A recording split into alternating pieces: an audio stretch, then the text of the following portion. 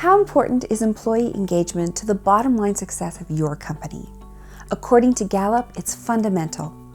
They estimate that companies with high employee engagement are 147% more profitable than those with low engagement.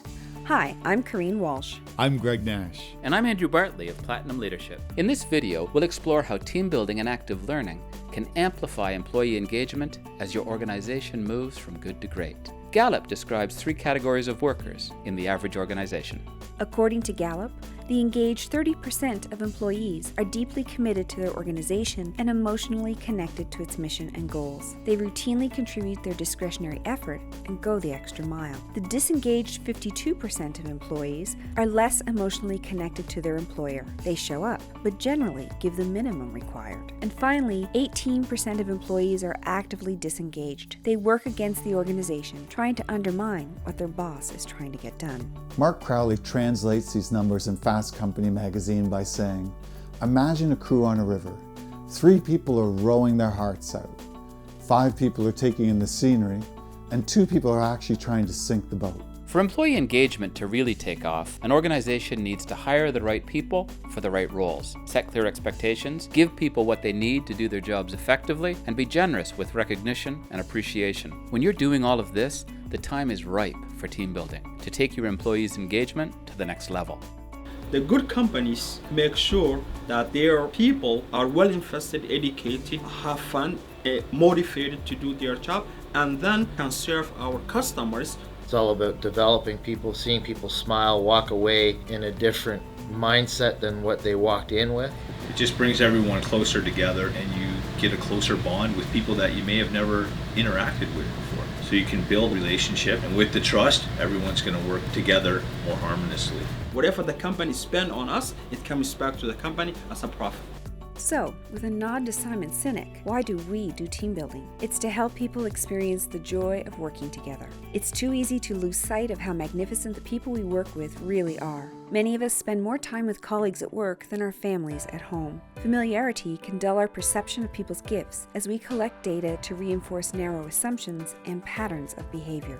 Groups of people get stuck in ruts too. We develop stagnant, limiting beliefs about who we are and what we can accomplish together. Even teams with great track records on high plateaus can pick up momentum and set greater standards for themselves. When breakthrough performance is required, team building provides new perspective and energy. It reveals potential waiting to be tapped in the system as its people come to know and trust each other in new and surprising ways. It's as though the whole company changes channels. The experience creates new neural pathways in your organization's operating system. This gives your team access to increased agility, creativity, and intelligence as they come together. So how does team building actually work? To be useful, team building has to meet the needs of your organization. A random selection of games and activities that worked in another setting does not provide a targeted response to effectively meeting your organization's needs. Team building must be carefully calibrated to complement your leadership, strategy, vision, and culture. This requires a significant investment of time and resources, carefully planned with skilled execution. Here are 4 key ingredients we put into our secret sauce to increase employee engagement. Number 1, a design team alliance. Employees benefit from opportunities to discuss the culture they want to be part of. Ask them, if culture is how we do things around here, how do you want it to feel, and what values will you stand for? Just as importantly, ask them, what can we count on you to contribute in our culture? Second, the experiential learning cycle. We're big fans of David Kolb's studies into how adults learn.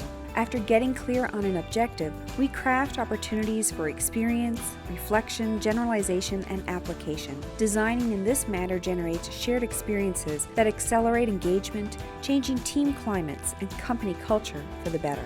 Third, challenge by choice. Project Adventure describes 3 zones individuals and groups can occupy: a comfort zone, a panic zone, and a growth zone. The comfort zone is safe and secure, with lots of potential for boredom and apathy. Reptilian brains take over in the panic zone with fight, flight, or freeze reaction. Nothing good happens there. The growth and stretch zone is where we aim.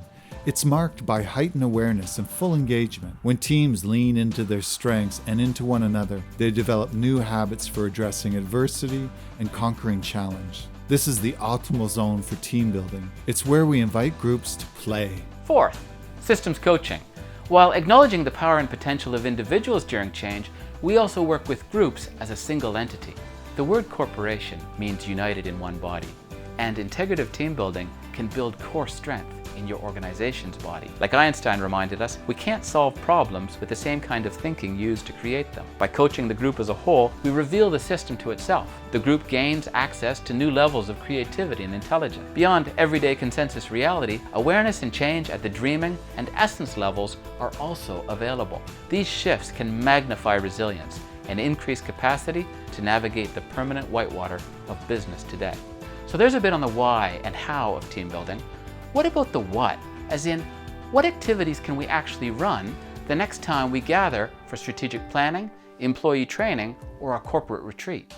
Team building can run from the mad to the ridiculous, and sometimes seemingly simple exercises are the most magical of all. You've seen scores of examples in the past few minutes. We like to say, it isn't rocket science, it's harder than rocket science. Every primer, activity, and debrief is carefully pieced together to help people find and choose new ways to become part of a stronger team. Through team building and active learning, you can invite people to open their eyes, take a little risk, and experience their colleagues and you. There's no end to the ideas you can implement to support this process.